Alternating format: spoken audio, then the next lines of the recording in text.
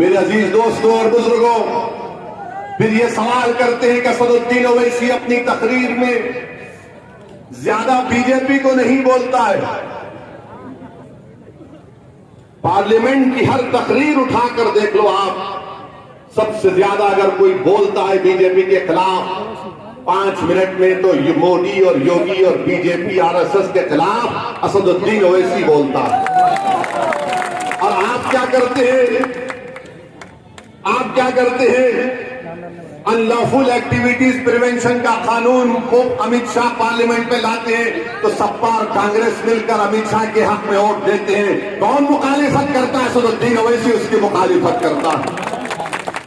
CAA का कानून parliament में लाया गया, किसने? बीजेपी के 300 MP के सामने कहा कि कानून भारत के संविधान के खिलाफ है। जिस तरह महात्मा गांधी ने उस वक्त के साउथ अफ्रीका में उस कानून को फाड़ा था, मैं भारत की संसद में इस कानून को फाड़ता हूं।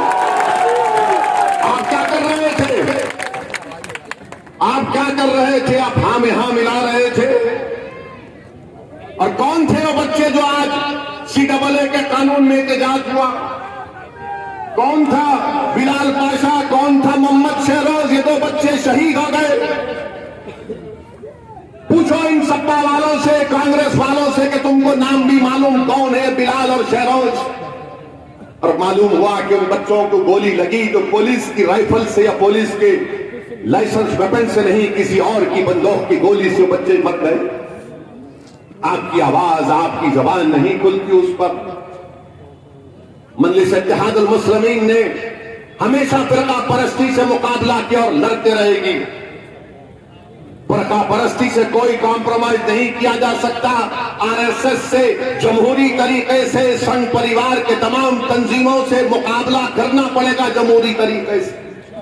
मगर इनका मामला यह है कि जब बात मजलिस की आ जाती है सामने, तो फौरन इल्जाम लगाते कि फिरका परस्त है। और फिर योगी आदित्यनाथ ने बहैसियत मुख्यमंत्री उत्तर प्रदेश के एक रिपोर्ट कार्ड जारी किया और क्या कहा कि उत्तर प्रदेश में 4.5 साल में लॉ एंड ऑर्डर बड़ा अच्छा था। अच्छा, तो बताइए बाबा, उत्तर प्रदेश में 2019 का नेशनल क्राइम रिकॉर्ड ब्यूरो कहता है कि उत्तर प्रदेश में 5000 से ज्यादा फिरका परस्त केसेस पुलिस ने रजिस्टर किए। तो कौन से अमन की आप बात कर रहे हैं? कौन से अमन की आप बात कर रहे हैं? कहते हैं कि हमने रोजगार दिया। खुद उत्तर प्रदेश की विधानसभा में बीजेपी का मंत्री खड़े होकर कहता है कि 33 लाख उत्तर प्रदेश के बेरोजगार नौजवान रोजगार के लिए अपना नाम रजिस्टर करा चुके हैं। उत्तर प्रदेश के 75 जिलों में से 53 डिस्ट्रिक्ट्स में जो बच्चे पैदा होते हैं स्टंटेड होते हैं। पूरे भारत में अगर 9 लाख बच्चे एक्यूट मैल नरिश्ड है तो 4 लाख उत्तर प्रदेश में है। एनकाउंटर होता है तो 37% मुसलमानों को गोली मार दी जाती है। आजमगढ़ में एक यादव को मारा गया, अमरदीप यादव। वो अमरदीप यादव कह रहा, मुझे नहीं मालूम, मीडिया में रिपोर्ट किया कि अमरदीप यादव को जब पुलिस ने उसको पैर में गोली एक मार दी, बाबा ने कहा, गवर्नमेंट ने कहा कि ठोक दो, तो ठोक दिया। उससे पूछा तेरी बरादरी का है, तो उसने कहा यादव। बोले और एक गोली मारो इसको। अब आप बताइए, मैं नहीं कह रहा हूं, मीडिया कह रही है। आप बताइए फिर ये क्या हो रहा है? बीजेपी के राज में क्या हो रहा है उत्तर प्रदेश में? कोविड की दूसरी लहर आई, तो कोविड की दूसरी लहर में गंगा पर लोगों की, आवाम की, जनता की लाशें बह रही थी, इसलिए कि योगी सरकार ने उनको ऑक्सीजन नहीं दिया, अस्पताल में दवाएं नहीं मिली, अंतिम संस्कार करने के लिए लकड़ी नहीं मिली, तदफीन के लिए जमीन नहीं मिली, तो नदी के किनारे कुत्ते उन लाशों को लोच लोच कर खा रहे थे। और योगी आदित्यनाथ कहते हैं कि हमने 4.5 साल में सब कुछ कर दिया। क्या लोग भूल गए कि कोविड की दूसरी वेव में कितने लोग मरे? कितने लोग मरे? सिर्फ पंचायत जिला परिषद का इलेक्शन कराया तो 2000 गवर्नमेंट के मुलाजिमीन की मौत हुई। मेरे अजीज दोस्तों और बुजुर्गों, मेरी आपसे गुजारिश है कि इन बातों पर गौर करिए। और बात संभल की आती है तो संभल में आप जानते हैं कि यहां पर हमारे वकील भाइयों ने कहा कि हमको एक सेशन कोर्ट की जरूरत है संभल में। मैं उसकी तारीफ करता हूं कि संभल की विधानसभा में एक सेशन कोर्ट की जरूरत है। यहां पर हमारे किसान भाई आलू की पैदावार करते हैं, कोई योगी ने गवर्नमेंट स्कीम क्यों नहीं लाई? लाना चाहिए था। मंडली सिस्टम मुतालबा करती है।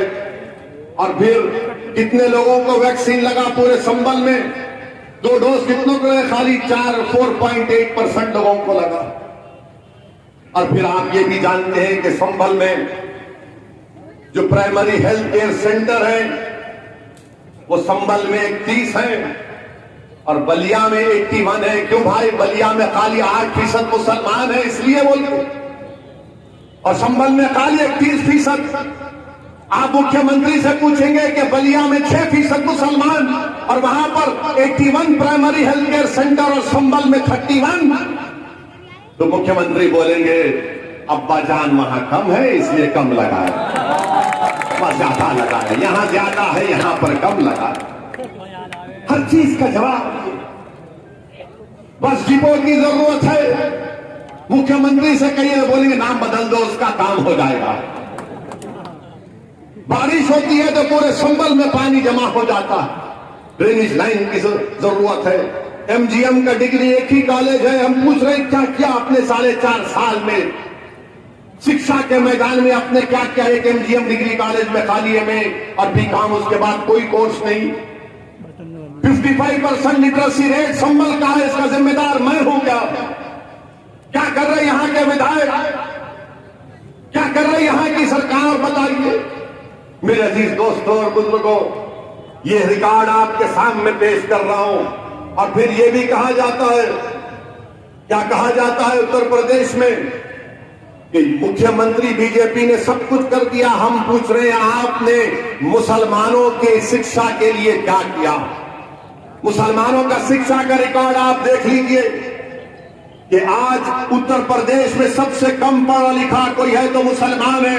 महिलाओं में सबसे कम पढ़े लिखे कोई है तो मुस्लिम महिलाएं। आपने स्कूल क्यों नहीं खोलते? किसने रोका आपको स्कूल खोलने के लिए? और उत्तर प्रदेश में क्या है, मुसलमान अगर प्राइमरी स्कूल को जाता है तो 17% एनरोलमेंट होता है, और उसके बाद जब सेकेंडरी एजुकेशन को आता है तो 12%, हायर एजुकेशन को आता है तो खाली 10% होता है। गिरते जाते, ऊपर जाते, नीचे गिरते जाते, गिरते जाते। कौन जिम्मेदार है इसका? जब हम ये सवाल करते हैं तो इनका कोई जवाब नहीं। और बीजेपी कहती है सबका साथ, सबका विश्वास, सबका विकास। झूठ झूठ झूठ है वो पूरा। क्यों झूठ है? कि प्रधानमंत्री आवास योजना ग्रामीण में 2019-20 में 3150 मुसलमानों को घर मंजूर किए गए थे, सैंक्शन किए गए थे। 2020-21 में 1,04,000 मुसलमानों को घर मंजूर किए गए थे।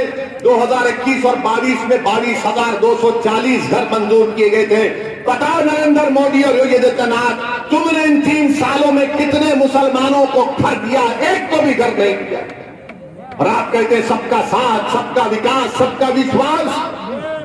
झूठ पे झूठ बोलते हैं, लंबी लंबी छोड़ते हैं और समझते हैं कि लोग देखते नहीं, पढ़ते नहीं है। याद रखो बीजेपी वालों, असदुद्दीन ओवैसी समाजवादी और बीएसपी और कांग्रेस के नेताओं की तरह नहीं है कि तुम जो बोलेगे यकीन करूंगा। मैं पढ़ता हूं, मालूमात हासिल करता हूं।